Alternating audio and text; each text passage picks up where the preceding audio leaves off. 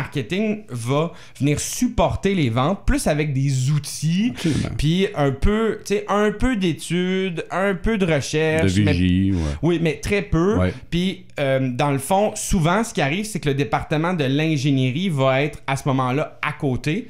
Puis, l'ingénierie va comme travailler, puis ensuite donner à marketing des affaires ou donner aux ventes des affaires qui ensuite vont donner à marketing des affaires. Ça crée des trucs en silo, évidemment. Ouais. Et puis, la fonction, dans le fond, tu vas avoir peut-être pour une centaine d'employés, tu vas avoir 4 employés de vente pour un employé marketing. C'est à peu près ça. Quand tu vois une organisation comme ça fait un V. Là. Ouais. L'inverse, des compagnies comme Nike, par exemple. Nike, c'est l'inverse, c'est marketing en haute vente. Donc, Nike est arrivé avec un modèle d'affaires il y a plusieurs années de dire on va avoir une tête stratégique, puis l'opération va être outsourcée. Donc, leur tête stratégique, c'est finance, marketing. Point. Okay. Et la vente se fait par les canaux de distribution, dans les canaux de distribution. Donc, oui, il y a des vendeurs et ainsi de suite. Moi, j'appelle ça une vente libre-service. Ouais, tu n'as pas nécessairement besoin d'une expertise de vendre le produit, puisque le travail est tellement bien fait en haut. Là. Exact, c'est ça. Mais donc, le travail de positionnement, le travail de mise en marché, le travail donc, ça le dit, mise en marché. Donc, si c'est bien fait, après ça, le travail de vente fait juste suivre. OK? Donc, il y a de l'exécution d'un plan ou d'une façon de faire. Puis évidemment, il y a un terrain de jeu pour la vente dans lequel les vendeurs peuvent jouer, aller chercher leur commission, leur boni, ainsi de suite. Tu sais. Donc, ça, c'est un autre modèle qui fait en sorte que, évidemment, ça fait quand même un A, en fait. Ça fait pas un V de l'autre barre, ça fait un A parce que tu as besoin de moins de gens nécessairement en marketing, puis plus en vente parce que tu as plein de points de service et ainsi de suite. Mais ça donne une espèce de directive claire. Évidemment, il n'y a pas... tu sais, chez Nike, ils sont pas 10 puis 1000 en bas, là. Non. c'est un petit peu plus gros que ça. Puis c'est sûr qu'il y a des cellules qui se subdivisent, puis tu as des chefs de sous-départements, et ainsi de suite. Ça devient très complexe. Maintenant, pour la petite organisation, ce qu'on voit souvent, c'est que un peu à 30, 40, 50 employés, il va avoir des vendeurs, un peu de service à la clientèle / vente, 3, 4, 5 employés en vente. Puis là-dedans, il va avoir des fonctions marketing sans avoir de département marketing. Donc, les gens sont quand même très conscients de nos jours que c'est important le marketing. Mais pensent que le marketing, c'est juste des outils. C'est juste du Facebook, c'est juste des infolettes puis du site web. Puis souvent, ils vont se référer au département de publicité à l'interne, indirectement, qui n'est pas nécessairement du marketing. Tout simplement, c'est un positionnement, c'est plus du graphisme que d'autres choses. Là. Exact. Pour beaucoup de gens, le marketing, c'est faire du graphisme puis des réseaux sociaux. Alors que c'est beaucoup plus large, c'est de penser stratégiquement. Je lisais une définition ce matin. En fait, ma conjointe m'a aidé à lire cette définition pendant que je conduisais. Merci, Jessica. La définition est très intéressante parce que ça dit que le marketing vise à positionner l'entreprise dans un endroit pour dégager le plus de profitabilité. Ce que ça veut dire, j'aime bien cette définition-là, positionner le plus de profitabilité, ça veut dire trouver c'est qui les bons clients, c'est quoi le bon fit de produit, trouver c'est quoi les besoins que ces clients-là ont, donc peut-être penser à des nouveaux produits, et puis se positionner dans un endroit où on a un positionnement stratégique, donc une valeur ajoutée qui est tellement différente de notre compétition qu'on élimine la compétition. Donc, la définition, c'est que le marketing vise à éliminer la compétition, pas juste au sens propre de combat, je vais t'éliminer, mais aussi juste te discarter parce que je vais devenir la seule personne qui va être capable de t'offrir quelque chose. Ça, je trouve ça intéressant parce que c'est la réflexion à laquelle doit sous-tendre un département marketing, puis de la stratégie fondamentale pour une business, et très peu d'organisations font cette démarche-là. Comment... Il y en a beaucoup qui font... on reprend des exemples. Je fais de la plomberie ou je vais faire des maisons. Et je fais la même affaire que Pierre Jean-Jacques.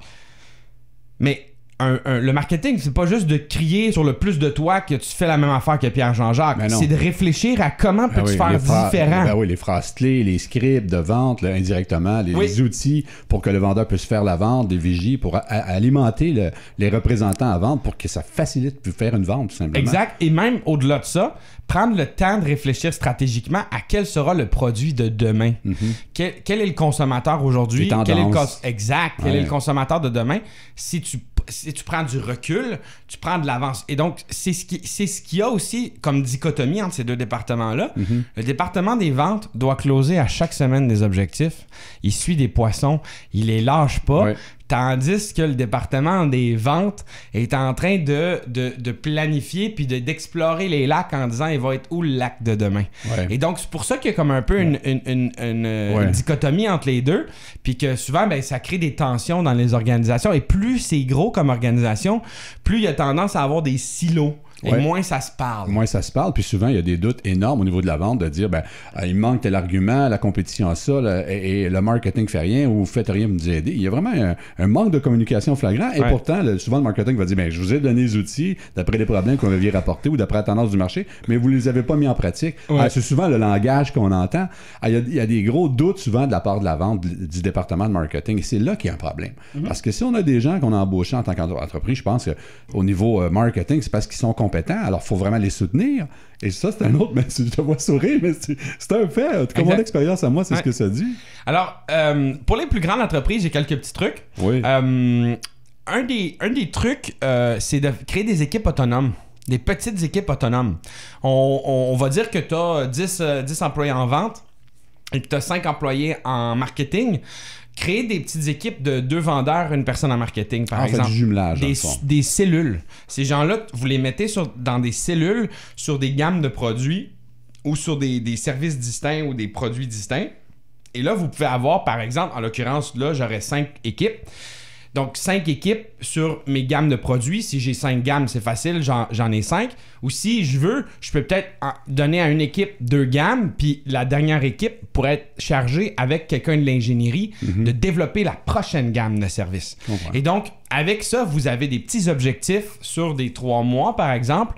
Et puis, ces équipes-là autonomes vont devoir quand même rencontrer des objectifs de vente, mais il va y avoir aussi quelqu'un directement orienté avec cet objectif-là. C'est bon ce que tu dis, parce que ça va faire vraiment une uniformité dans ce département-là, une bonne communication et une valorisation au niveau du marketing, souvent, qui ne voit pas les résultats seulement dans les kick-offs, souvent. Exact. Ils sont pas au courant vraiment si ça fonctionne ou pas, mais là, étant prêt. Puis le problème, c'est que dans les entreprises, traditionnellement, comment ça fonctionne, quand on appelle matriciel, en fait, là, c'est une organisation matricielle, c'est plus en silo, par exemple.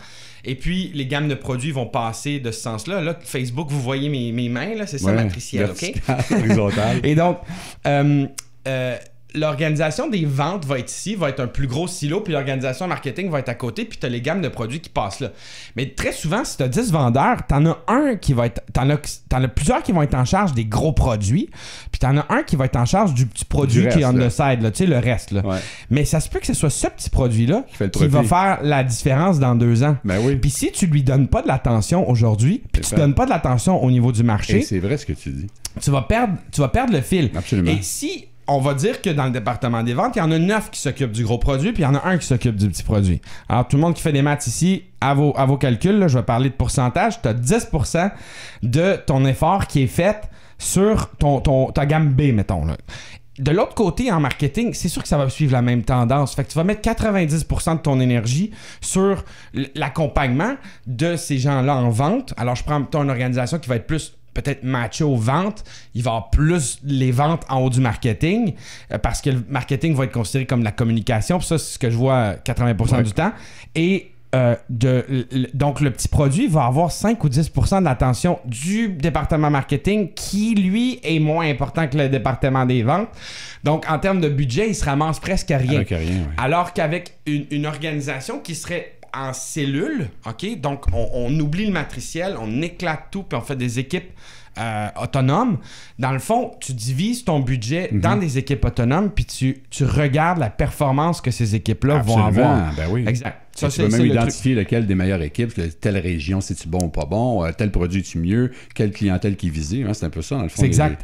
C'est bon, ça. Puis même si tu donnes à peu près le même ratio, on va dire que tu aurais 5 équipes, tu vas leur donner les 4 premières équipes, tu vas leur donner 90%, puis l'autre, tu vas leur donner 10%. Mais au moins, ils vont être autonomes à vraiment travailler ça. Ce 10%-là, le marketing... Si vous faites le calcul que j'ai fait tantôt, dans le fond, le marketing va quand même se retrouver avec plus de budget que dans une structure matricielle, parce qu'il y en aurait eu moins, en fait. Puis là, il va pouvoir travailler vraiment cette nouvelle gamme de produits-là. Puis là, vous allez voir avec les résultats ce qui se passe. Donc, peut-être pouvoir donner plus de pouvoir à cette cellule-là ou créer une autre cellule dans cette gamme de produits-là. Bâtir un historique aussi, tu sais, d'année en année. De voir des résultats qu'il y avait alors qu'avant, ce mariage-là, je vais dire ça comme ça. Exact. Voilà. Dans les petites organisations, c'est plus dur parce que les organisations savent juste pas comment faire. Souvent, c'est qu'il y a de la vente, il y a de la vente, il y a de la vente, puis à un moment donné, ça marche plus. Qu'est-ce qu'on fait? Warning. Puis là, c'est comme, il faut qu'on vende. Quand tu dis ça marche plus, c'est qu'il n'y a plus de vente ou c'est pas de produit. Il y a quelque chose qui décroît. C'est souvent quand okay. ça décroît que les gens lèvent le flag. Ça décroît, je vends plus. Ou je me rends compte qu'il y a tellement de compétition, je veux faire un chiffre de produits. Ils font des chiffres de produits. J'accompagne une entreprise en ce moment que c'est ça. Ils ont shifté leurs produits parce que ça fonctionnait pas. Il y avait trop de compétition. Ils font un shift. 2 ans plus tard, ils se rendent compte que ça s'essouffle, on a besoin d'aide. Mais la réflexion, c'est pas faite en amont de savoir quelle allait être la façon d'aborder le marché puis le positionnement au niveau du marché. Ça veut pas dire que ces gens-là sont pas bons, ils font des bons produits, la plupart des organisations sont quand même intuitives, la plupart des petites organisations sont orientées services, produits, conception. Il y a beaucoup d'ingénieurs qui partent des business, donc ils sont orientés souvent produits et pas marché. Le marketing est contre-intuitif pour ces gens-là parce que c'est d'être un peu à l'écoute du marché puis de répondre à ça.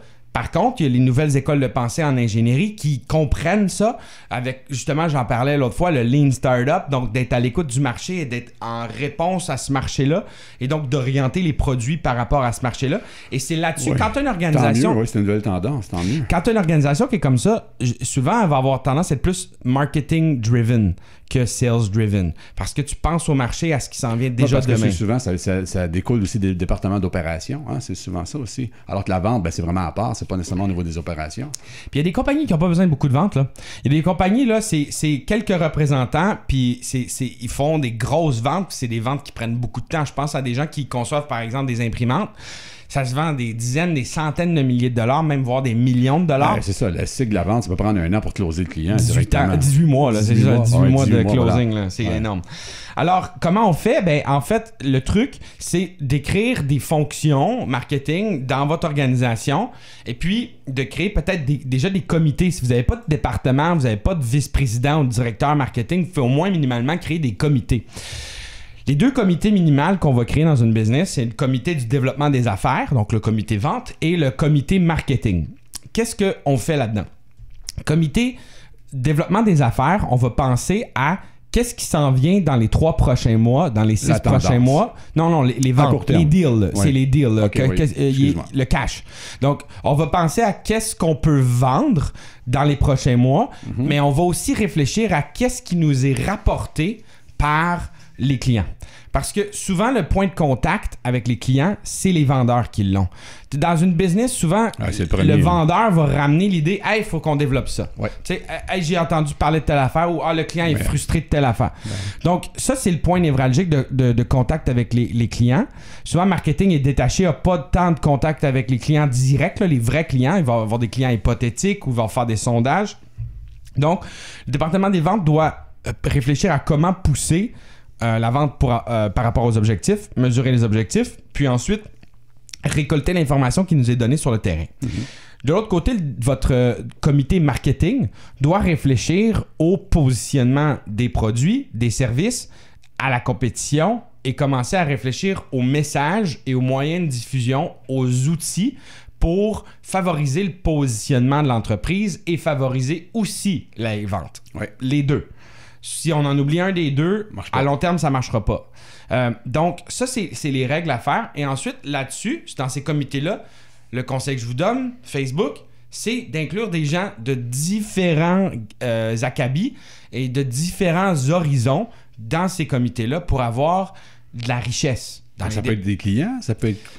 Dans le comité, non, pas des clients, mais je veux dire, dans le comité vente, on va avoir des vendeurs, mais on veut avoir aussi peut-être quelqu'un de la haute direction, on va avoir quelqu'un du service à la clientèle, on va avoir aussi peut-être quelqu'un de marketing et quelqu'un d'ingénierie. Parce que quand l'information va remonter, faut pas juste que ce soit des gens de vente qui l'écoutent, faut que ce soit d'autres gens qui l'écoutent dans l'organisation. Ouais. Ça prend quelqu'un de finance aussi là-dedans, c'est bien important. Souvent, ça peut manquer dans des petites organisations, quelqu'un qui connaît bien les chiffres puis les orientations objectifs. Marketing, même chose, ça nous prend des gens de tout acabit, idéalement quelqu'un de l'ingénierie, quelqu'un de communication, des gens créatifs, des gens cartésiens. Amenez votre comptable dans votre département marketing. Il se sentira peut-être pas bien, mais il va vous amener quelque part. Okay, il va vous amener quelque part et ça doit être comme ça. Souvent, les gens de marketing perdent de vue les objectifs cartésiens. Ouais. Parce qu'il y a des objectifs cartésiens quantifiables. On pense juste que c'est du qualitatif. C'est pas juste du qualitatif, positionnement, stratégie, SWOT, compétition. Ouais. Il faut être capable de mesurer les impacts de ce qu'on fait. Et donc, quelqu'un de comptable ou pragmatique, analyste, va rentrer là-dedans. Ouais. Je suis arrivé avec je vais en parler dans une autre chronique. J'ai développé un modèle d'analyse pour les entreprises qui est un diagnostic marketing. Et j'ai créé une matrice qui s'appelle APEC, par laquelle on analyse les ventes et les marketing d'une organisation rapidement. Il y a 4 piliers, donc l'analyse, la planification, l'exécution et le contact. Selon moi, dans cette grille d'analyse-là, on passe les ventes et le marketing parce que le but à la fin, c'est d'avoir un point de contact avec le client, de générer une vente et que la roue va recommencer. Oui, je comprends. On va analyser un certain nombre de facteurs. On va analyser des chiffres, des tendances, le marché, toutes sortes de choses. Ensuite, basé sur cette analyse-là, on va planifier des choses, planifier des ventes, planifier de l'exécution, des campagnes, planifier des territoires, de la mise en marché, des nouveaux produits. On va planifier beaucoup de choses. De cette planification-là, on va exécuter un plan. Donc là, on va exécuter ce qui a été préalablement pensé. Donc, faire justement des campagnes, faire des efforts de vente, toutes sortes de tactiques de marché, ainsi de suite. Déterminer le produit à pousser, pas pousser, selon les inventaires. On va développer des choses, exactement. Ouais. Puis ensuite, on va avoir du contact, donc du contact client, et on va un peu pousser cette exécution-là dans les mains d'un marché, d'un client. Et là, on va avoir une rétroaction parce qu'on va avoir un point de contact. Et là, on devrait être capable d'analyser et recommencer. Ça, c'est la matrice d'analyse par laquelle je pense que même une petite organisation doit réfléchir. Ce qui arrive souvent, l'exemple que je donne, votre comptable ne fait pas de fonction marketing, alors que la personne devrait le faire pour vous. Dans 2 ans, lorsque vous allez sortir un rapport sur les ventes par produit, si l'information n'a pas été bien rentrée dans votre système comptable, vous n'allez pas pouvoir faire ça et vous allez manquer de l'information névralgique sur votre historique d'entreprise. Ah ouais. C'est niaiseux, là. C'est juste rentrer de l'information d'une bonne façon. La plupart des comptables ne sont pas formés pour ça, malheureusement. C'est pas qu'ils veulent pas. Ils ne sont pas formés pour orienter de l'information marketing et vente en vue d'avoir de la comptabilité de management. Alors, c'est des mathématiques, c'est du concret. C'est sûr que c'est pas pareil, là. Non, c'est ça. Non, mais je veux dire... je parle des comptables. Les comptables, là, à part en comptabilité de management, les CMA, sont pas nécessairement formés à l'école pour réfléchir à... comment est-ce que je peux donner de l'information à mon département marketing pour qu'il puisse prendre des décisions. Mais c'est vraiment crucial, le système qui est comptable d'une entreprise. Il faut qu'il soit bien paramétré pour nous donner des rapports à la fin qui soient compréhensibles en termes marché. Mais moi, au niveau ingénierie, j'étais surpris de t'entendre que tu dis que maintenant, il y a une nouvelle mentalité au niveau de l'ingénierie à aider les équipes de marketing. Alors souvent, les ingénieurs, c'était des introvertis, puis ils patentaient l'affaire, puis regarde, arrangez-vous, là, il n'y avait pas... Non, je dis pas que c'est 80% des ingénieurs qui sont comme ça. OK. C'est pas ça du tout. Parce que l'ingénierie, c'est un autre monde. Non, je sais, mais sauf que beaucoup d'ingénieurs de l'ETS qui sortent, j'en ai rencontré beaucoup, je parle avec eux, puis il y a un peu cette mentalité-là de... je vais développer, je vais écouter le marché, je vais m'adapter, puis ainsi de suite. Il y a un peu c'est enseigné, je pense, de plus en plus. Mais évidemment, il y a aussi une mentalité pragmatique de dire je développe le meilleur produit puis il va se vendre tout seul. Mais ça, c'est nul. Voilà. Là. Ça marche pas. Ça, j'étais surpris d'entendre ce que tu dis. Non, c'est ça. C'est pas une généralité. OK, c'est bon. J'ai le meilleur produit, fait qu'il va se vendre tout seul. Non. Si vous dites ça, venez nous voir, on va vous aider. Bon, ben écoute, tu parles de c'est adviz.ca. parce que bon, il faut en parler, parce que tu as mentionné que tu as développé vraiment avec 4 axes, là, 4 piliers d'analyse, exact. Donc là, si les gens veulent plus d'informations, advis.ca, tout simplement. Oui, contactez-nous, on est en train de mettre en place, vous pouvez aller sur diagnostic.advis.ca. Okay. On a mis en ligne un petit diagnostic, 5 questions, rapidement, en 5 minutes, vous allez répondre, puis vous allez avoir un petit audit de votre entreprise, votre maturité marketing. C'est un début de développement. On est en train de développer une application plus complexe et plus complète pour faire des audits d'entreprise. Bon. J'espère que ça vous a aidé aujourd'hui à comprendre la différence vente et marketing. On retrouve mes chroniques où, Pierre? Sur ckvl.fm, dans la section Ne me lancez pas des pierres. Tu vois-tu, on est... Puis là, live Facebook, mais la prochaine fois, ça va être tout reconnecté avec la console, donc les bruits ambiants, on les entendra pas, voilà. Merci à tous les éditeurs Facebook. Merci, alors on se retrouve vendredi prochain. Donc, restez à l'écoute parce que tout de suite après, c'est M. Benoît D'Amico